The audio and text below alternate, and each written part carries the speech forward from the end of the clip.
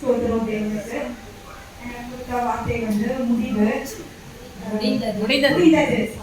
முடிந்தது. யோவான் 19ஆம் அதிகாரம் 30. இயேசு காடியை வாங்கின பின்பு முடிந்தது என்று சொல்லி தலையை சாய்த்து ஆவியை ஒப்பு கொடுத்தார். இங்க வந்து இயேசு வந்து காடியை வாங்கிய பின்பு முடிந்தது என்று சொல்லி தலையை சாய்த்து ஆவியை ஒப்பு கொடுத்தார். இங்க வந்து இயேசு வந்து தன் எல்லாவற்றையும் அவரோட வேலையை வந்து முடிச்சிட்டாரு. அதுதான் இப்ப கடைசியா அவர் வந்து சொல்றாரு.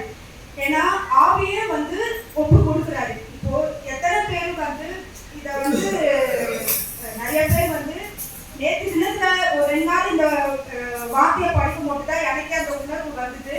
ஏன்னா வந்து இத்தனை வருஷமா நான் வந்து இப்படிதான் அப்படின்னு சொல்லிட்டு நான் ஏதோ கலந்தான். அந்த வார்த்தையை படிக்கும் போதுதான் எனக்கு வந்து தேவன் வந்து உணர்த்தி இதை வந்து எனக்கு வந்து படிக்க வச்சாங்க.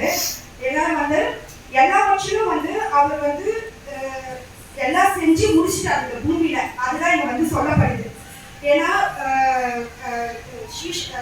சீஷருக்கும் இஸ்ரவேல் ஜனங்களுக்கும் அப்புறம் நிறைய நாட்டுங்களை வந்து ஊழியம் செய்து அவரோட வார்த்தையை சொல்லவும் எல்லாவற்றிலும் பிசாசு ஜெயித்து எல்லாவற்றிலும் அவர் வந்து கடைசியா வந்து எல்லாவற்றிலும் அவர் ஜெயித்தாரு.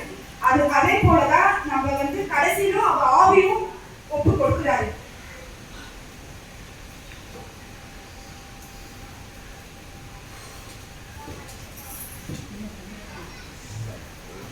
அவர் வந்து எதனால வந்து இந்த முடிந்தது என்று சொல்லி நம்ம வந்து பார்க்கலாம்.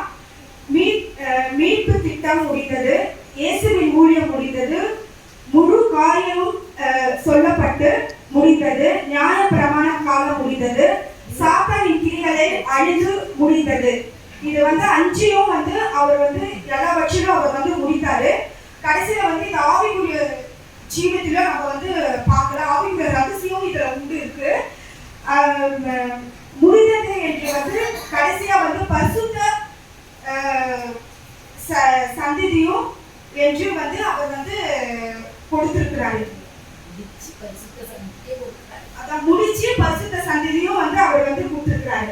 அதே போல பாடுகள் பற்றி வசனங்கள் நிறைவேற்றினார.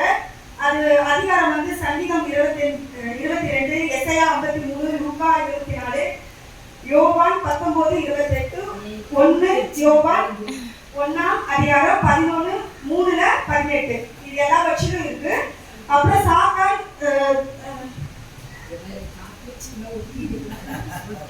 இது